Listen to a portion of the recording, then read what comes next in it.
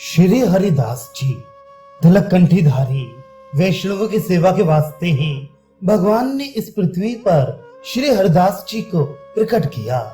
शरणागत की रक्षा करने में आप राजा शिवी के समान थे। दान देने में श्री दधीची ऋषि के समान, प्रतिज्ञा को निभाने में राजा बलि के समान, वैष्णव धर्म का पालन करने में श्री प्रहलाद जी के समान और रीझ कर सिर देने में श्री जगदेव जी के समान थे। श्री बीका जी के वंश में प्रसिद्ध शूरवीर थे। भक्तोचित प्रण और धर्म का पालन करने में अति श्रेष्ठ थे। तुंवर क्षत्रिय कुल के दीपक और नित्य संत सेवा में तत्पर रहने वाले थे। अर्जुन और परीक्षित के वंश में उत्पन्न श्री हरिदास जी में ऐसे गुणों का होना कोई आश्चर्य की बात नहीं है। अपनी दृढ़ भक्ति के कारण आपने सारे संसार में सुयश प्राप्त किया। इनकी कथा इस प्रकार है। श्री प्रहलाद जी, श्री शिवी जी, श्री दधीची जी और श्री बलि जी, इन भगवत भक्तों के गुण श्रीमद् भागवत में वर्णन किए गए हैं। श्री हरिदास जी में ये सभी गुण एक ही स्थान पर दिखलाई पड़ते हैं। टीकाकार श्री प्रियादास जी कहते हैं कि मूल छप्पय में श्री नाभा जी ने रीझने में श्री हरिदास जी को श्री जगदेव जी के समान कहा है, परंतु कलयुग के भक्त श्री जगदेव जी के रीझने के प्रसंगों को प्राय सब लोग नहीं जानते हैं। मैंने उसे किसी संत से जैसा सुना है वैसा यहाँ बताता हूँ। उत्तम रूप और गुणों से युक्त एक नटी थी। वह साक्षात शक्ति काली देवी का स्वरूप ही थी। जब वह गाती थी सुर सुनने वालों को सुनने की बड़ी भारी चटपटी लग जाती थी और उसकी मधुर मुस्कान देखकर वे मोहित हो जाते थे। रिजवार राजा श्री जगदेव जी ने एक बार उस नटी का अद्भुत नृत्य देखा और मधुर गान को सुना तो वह उस पर रीझ गया। जब उसने पुरस्कार देने का विचार किया तो कोई भी वस्तु उसके योग्य न दिखाई पड़ी। अंत में उसने नटी से कहा, मैंने अपना सिर तुम्हें दिया, जब चाहो तब इसे ले सकती हो। अब यह मेरा नहीं है, तुम्हारा है। श्री जगदेव जी के द्वारा दिए गए मस्तक दान को स्वीकार कर उस नटी ने कहा, मैंने भी अपना दाहिना हाथ आपको दिया। अब इस हाथ को फैलाकर ना तो किसी से कुछ मांगूंगी और ना लूंगी। कुछ दिनों के बाद किसी एक राजा ने सुना कि उस नटी ने राजा जगदेव से ऐसा कुछ इनाम पाया है और उसके बदले अपना दाहिना हाथ उन्हें दे दिया। अब मैं उस नटी को अधिक इनाम देकर जगदेव के इनाम को तुच्छ कर दूं। इस विचार से उस राजा ने नटी को नृत्य करने के लिए अपने दरबार में बुलाया। नटी ने अपना नृत्य गान प्रस्तुत किया।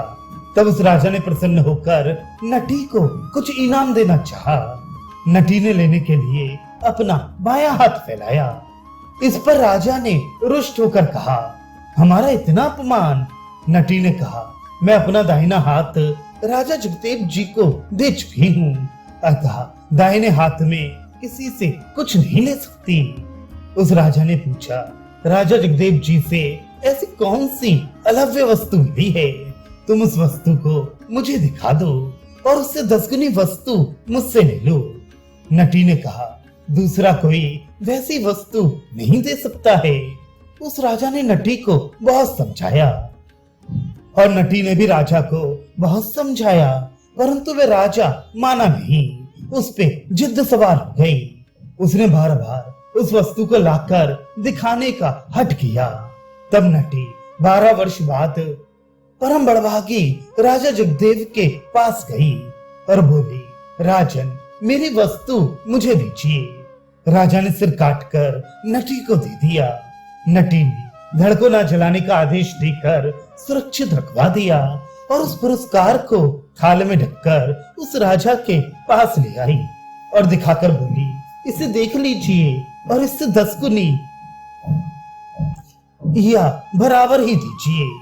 सिर को देखते ही वह राजा मूर्छित हो गया और पृथ्वी पर गिर पड़ा।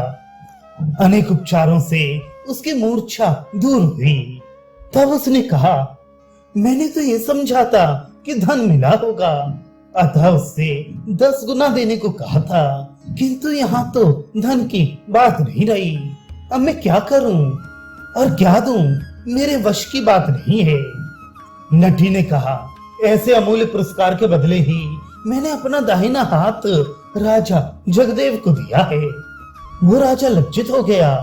इसके पश्चात नटी ने आकर राजा जगदेव के धड़ से उनका सिर जोड़ दिया और जिस पद पर रीछ कर उन्होंने अपना सिर दिया था उसी पद को गाया। तान के साथ आलाप को सुनकर राजा जगदेव जीवित हो गए।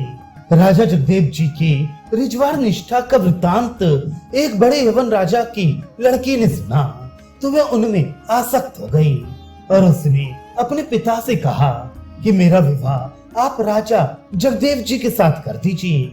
उसने जगदेव जी को बुलाकर अनेक प्रकार से समझा बुझाकर स्पष्ट कहा कि आप मेरी पुत्री के साथ विवाह कर दीजिए।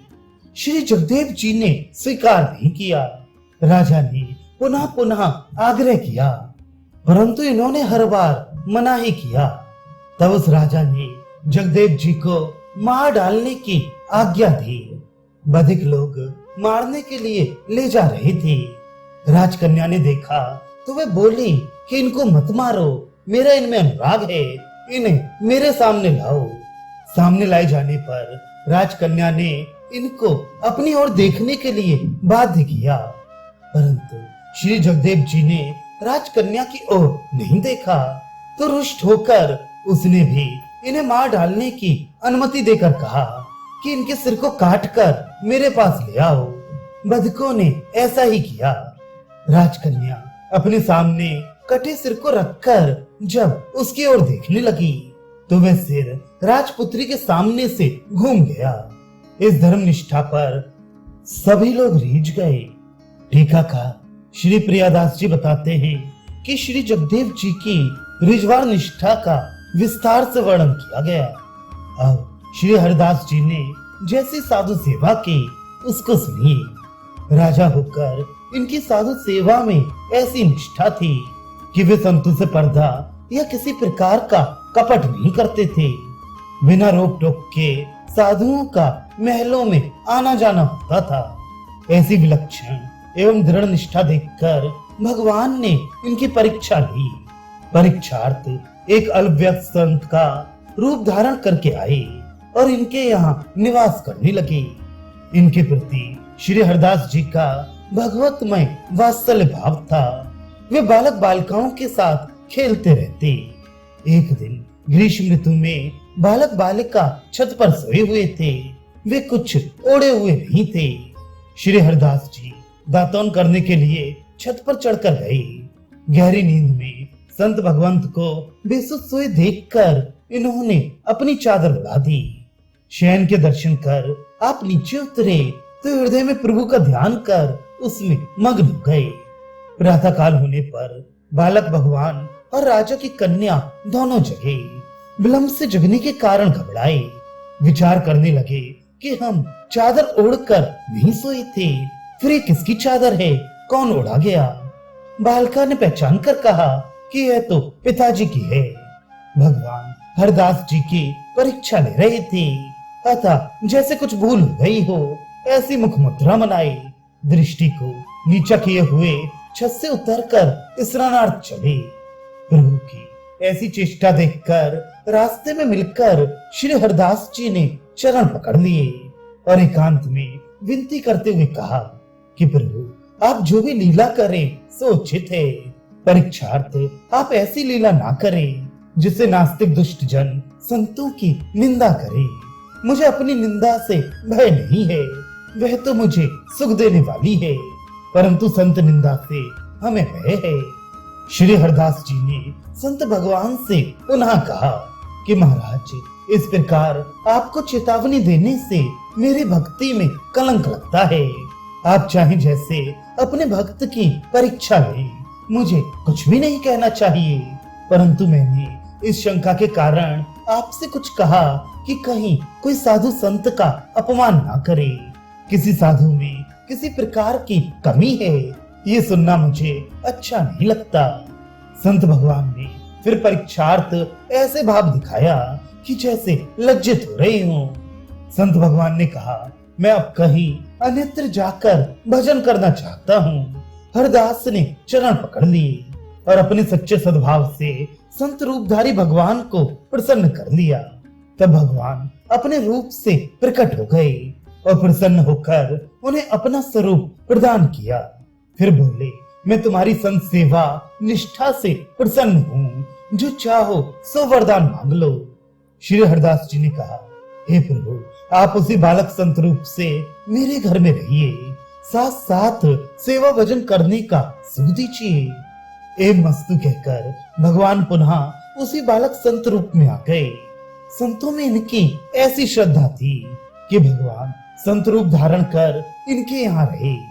आपके छोटे भाई श्री गोविंद दास जी थे, जिन्हें संत भगवंत के ही आगे बंसी बजाने की प्रतिज्ञा थी।